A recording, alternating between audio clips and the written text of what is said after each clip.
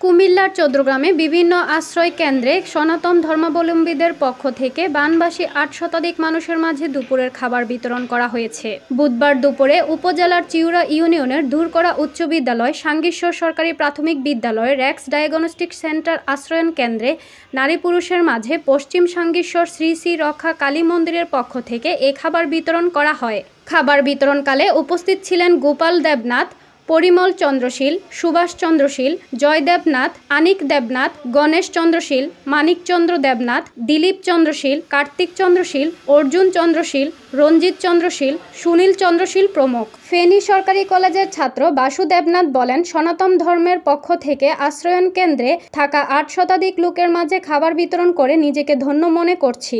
ভগবানের কাছে আহ্বান জানাই সবাই যেন ভালো থাকে। নীরব চন্দ্রশীল বলেন, সাম্প্রদায়িক সম্প্রীতির দেশ বাংলাদেশ। এখানে হিন্দু, বৌদ্ধ, খ্রিস্টান ও মুসলমান আমরা সকলেই ভাই ভাই। আজকের এই বন্যার আশ্রয় কেন্দ্রে থাকা মানুষের মাঝে সনাতন ধর্মের পক্ষ থেকে খাবার বিতরণ করে আমাদের খুব ভালো লেগেছে। আমাদের জন্য সবাই দোয়া করবেন, আমরা যেন সকলের সাথে কাঁধে কাঁধ রেখে চলতে পারি।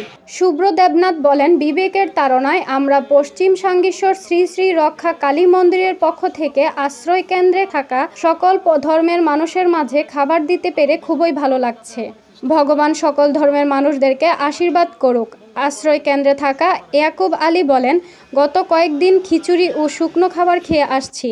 আজকে সনাতন ধর্মের পক্ষ থেকে সাদা ভাত ও রান্না করা মোরগ তরকারি দিয়ে খেতে পেরে খুব ভালো লাগছে। আশ্রয়ন কেন্দ্রে স্বেচ্ছাসেবক শাহাদাত হোসেন বলেন, দূরকড়া উচ্চ বিদ্যালয় সহ বিভিন্ন আশ্রয়ন কেন্দ্রে সনাতন ধর্মের পক্ষ থেকে সাদা ভাত, সবজি ও রান্না করা মুরগির মাংস দুপুরে খাবার হিসেবে দেয়া হয়েছে।